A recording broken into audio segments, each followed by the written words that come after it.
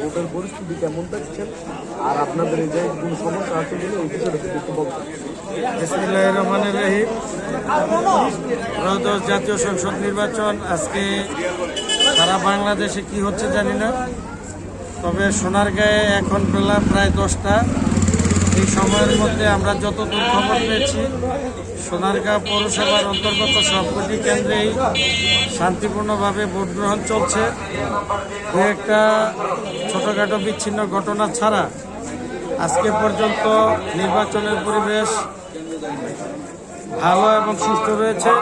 জনগণ তার পছন্দ মতো প্রার্থীকে ভোট দিতে পারছে বলে আমার এখন পর্যন্ত মনে হয়।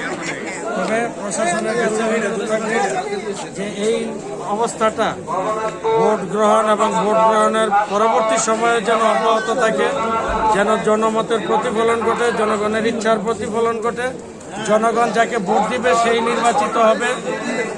আমরা অনেকে অনেক দল করি, অনেক মতের আছি, কিন্তু দিন শেষে আমরা সোনারগাঁয়ের মানুষ সবাই সহমত এবং সহ অবস্থানে বিশ্বাস করব। শান্তিপূর্ণ অবস্থান বজায় রাখার জন্য আমি আলহাজ অধ্যাপক মোহাম্মদ রেজাউল করিমের প্রতিনিধি গোরামার্কার, আমি আমার দলের থেকে কমিটেড যে আমরা শান্তিপূর্ণ নির্বাচনটা করার জন্য প্রশাসন এবং জনগণকে সাথে নিয়ে যত রকমের সহযোগিতা, যত ধরনের সহাবস্থান নিশ্চিত করা, তার জন্য আমরা আন্তরিকভাবে চেষ্টা চালাবো এবং জনগণের কাছে আশা রাখব যে যাতে সবাই স্বতঃস্ফূর্তভাবে ভোট দিতে আসে এবং এই ভোটের মাধ্যমে দেশে একটা গণতান্ত্রিক বিপ্লব ঘটে, গণতান্ত্রিক পরিবেশ ফিরে আসে এবং আগামী দিন যারা এই ক্ষমতায় আসবে তারা যেন জনবান্ধব হয়, মানবিক হয়, সেই প্রত্যাশায় সকলকে ধন্যবাদ।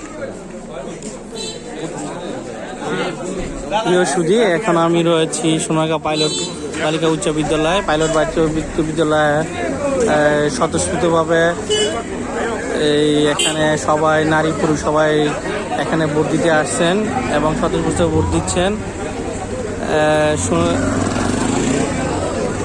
এখানে আইন শৃঙ্খলার কোনো অবনতি হয়নি, আইন শৃঙ্খলা সুষ্ঠুতা রয়েছে এবং সবাই ভোট দিয়ে আসছেন।